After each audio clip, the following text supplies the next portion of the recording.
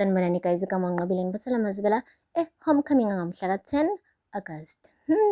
Guys, uzethu-ke udukile kanti-ke abazali baqala ukukhathazeka-ke manje. Uzamile ukukhuluma noNgaraje ubaba wakhe ukuthi hayibo, udadewenu namanje asimtholi, nasefonini asimtholi, kwenzakalani?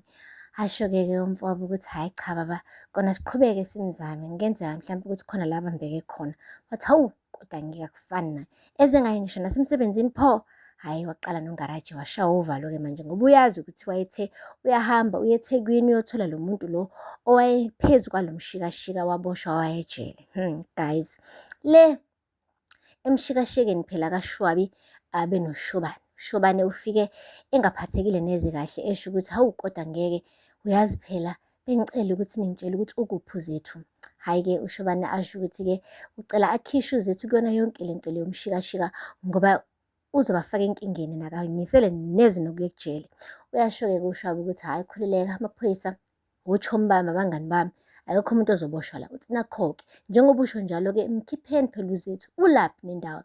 Athi lalela la, wena uyaqhubeka nomshikashika ngithi. Wathi mina sengikhethe ukuphuma, yabo ngiyaphuma kuloyo mnyango futhi ngeke ngiphinde ngibuye la. Wathi hhayi, usukhohliwe wena ukuthi ukuphuma kwakho la kusho ukuthini? Akekho umuntu ongena kulo mshikashika aphume ephila la. Waqeda wakhipha lo mmese lobukhali wakhe. Wathi yabona lo mmese lo uyithuluzi elincane impela, kodwa live libukhali. Kanti mengase nje ngintshontshe ngalo nje endaweni yobucayi, hawu ngacima iy'bani. Athi uShobane uyangidinga wena, ngeke ukwenze lokho.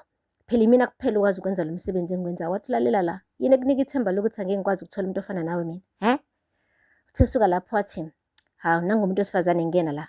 Wathi hayibo, sesihlinza nabantu besifazane? Wathi hayibo, isicubu. Ubani onendaba ukuthi siphume kumuntu wesifazane noma kumuntu wesilisa yini? Lapho bangena nalo muntu wesifazane umboziwe ngengubo. Bathi bembeka edeskini guys leli lokuhlinza, guys uZethu. Yeyi, uShobane umane wathi hayibo, Zethu! Hawe ma, nimenzeni uZethu? Wagijima wamcheck ama-vital signs, methi abheka okay, i-heartbeat isakhona. Wamvula amehlo, okay, ngathi kusahamba kahle kodwa udakekile uZethu. Wathi ngeke ngikwazi ukuhlinza uZethu mina. Wathi lalela la, kuzomele imhlinze. Wathi kuyafana, mekuwukuthi singemhlinza uZethu usazokhuluma asho ukuthi simenze lento. Wathi lalela la, mekuwukuthi kunjalo-ke phela ngikhipheze zonke iy'cubu. Wathi ngimkhiphe zonke iy'cubu? Ukumbulala phela lokho. Wathi yebo, ukuze avale kumlomo nosiphela, ngimkhiphe zonke iy'cubu. Guys, kuhluke singakaShwabi, ngiyasaba. Hhayi-ke guys, uShobane esikhundleni sokuthi ahlinze uZethu umane wamthatha wambophela esitulweni. Hayibo, uZethu uthe phaphama nje lapho, ikhanda liduma guys, lizula, ama-drugs asagcwele ekhanda guys. Umethi qala, hayibo, ulaphi la ekhona. Wathi uthi unyakazisa umzimba wathi hayibo ngistifu. Wathi methi nhla, hayibo, Shobane. Wathi, Shobane, ungithombile Shobane. Wathi, awuthunjwanga yimina. Wathi bakulethe la. Wathi hawe mangazile Shobane ukuthi uphezu kwalo mshikashika nawe. Wathi weZethu, akusisona isikhathi sokuloku ukukhuluma ngokuthi wazile ini nani. Vele wena ubusiphenyelane, yabo njengoba ula, yingoba ubuloku ubhizi lokufaka ikhala lakho endabeni engakufuni. Wathi Shobane, ngicela ungiqaqe Shobane. Wathi angikwazi ukukwenza lokho. Wathi Shobane, ngampela ufuna ungihlinza nami, uzongihlinza? Wathi Zethu, angifuni ukuyenza le nto le. Wathi then ngiqaqe Shobane, ngiqaqe. Wathi angeke ngikwazi. Uyazi ukuthi mengase ngikuqaqe mina labantu laba bazosibulala sobabili. Kungcono khona ngikuhlinze ukuze-ke at least mina ngiphume la ngiphila. Wathi hayibo, Shobane. Hhayi uZethu wayincengela-ke guys, waqala-ke manje wadlala leli khadi leli lothando, yabo lelo thando ababenalo in the past. Wathi hawu Shobinski, hayibo. uShobane wathuka manje uthi leli gama ngoba kade aligcina ukulizwa.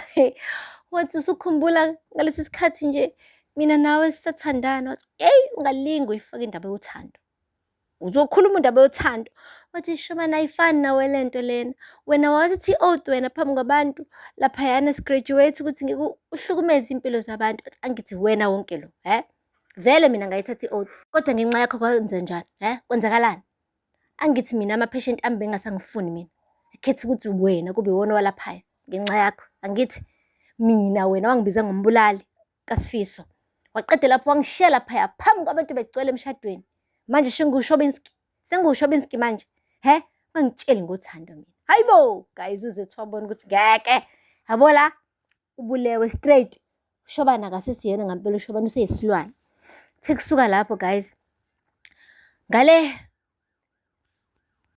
uShwabi phela ubhuti weTavern uhleli nolwazi. Uyasho ukuthi hey, le ntombazane isiba yiphele endlebeni.